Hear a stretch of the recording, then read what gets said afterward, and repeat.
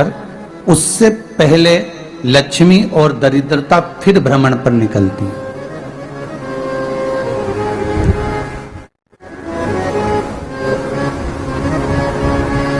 शिव भ्रमण कर कर जब वापिस आ जाते हैं, हिंदू धर्म में पीपल के वृक्ष की जो गणना वराह पुराण में करी गई है, 4 बजे से 7 बजे तक शिव के भ्रमण का समय बताया है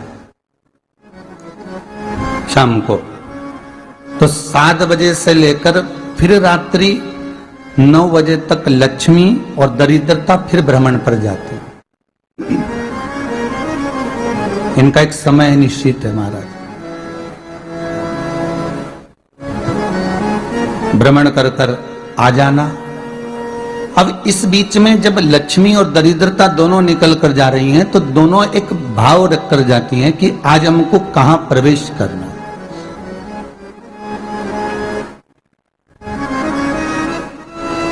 आज हमें किस जगह पर प्रवेश करना है, आज हमें कहां पहुंचना है, आज हमें किस जगह जाना है। और जिस नगर में जिस मार्ग से लक्ष्मी और दरिद्रता निकल कर जाती है, ये दोनों का जब निकलना होता है, इनको स्थान दिया गया जहां पर स्वच्छता हो, घर के दरवाजे पर रंगोली डली हुई हो, द्वार पर जल छीटा गया हो। महाराज, उस द्वार पर लक्ष्मी प्रवेश करती है तो दरिद्रता भी जाने लगती है अंदर। जब दरिद्रता अंदर जाने लगती है तो लक्ष्मी उसको रोक देती है।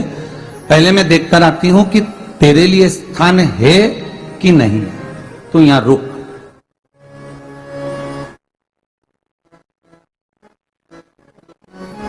कुछ देर तक दरिद्रता बाहर खड़ी रहती है और लक्ष्मी जी की बड़ी बहन जब दरिद्रता बार बार अंदर जाने का प्रयास करती है तो लक्ष्मी जी कहती हैं, जी तू इतनी बड़ी होकर तुझे मालूम है तू तेरा सम्मान होना चाहिए, आदर होना चाहिए, और तू अंदर चली जाए और कोई तेरा सम्मान ना करे तो कितना बुरा लगेगा, इसलिए तू बाहर खड़ी है। मैं अभी आई। अंदर जाती है और जब लक्ष्मी जी भ्रमण कर लेती हैं, अंदर प्रवेश कर कर आती हैं और प्रवेश कर कर आती हैं तो दरिद्रता पूछती है चले अंदर। तो लक्ष्मी जी कहती हैं, तुझे मालूम नहीं है क्या जी कि जिस घर में मैं प्रवेश कर जाती हूं उस घर में फिर दरिद्रता नहीं जा सकती, क्योंकि ये तेरा वचन था, ये तेरा वचन था।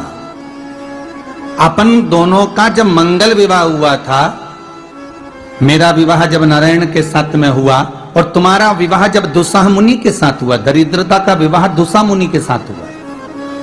जब अपना दोनों का विवाह हुआ था तो अपन दोनों ने एक वादा करा था कि जिस घर में लक्ष्मी प्रवेश कर जाएगी उस दिन फिर दरिद्रता नहीं जाएगी, और जिस घर में दरिद्रता प्रवेश कर जाएगी उस घर में फिर लक्ष्मी नहीं जाएगी।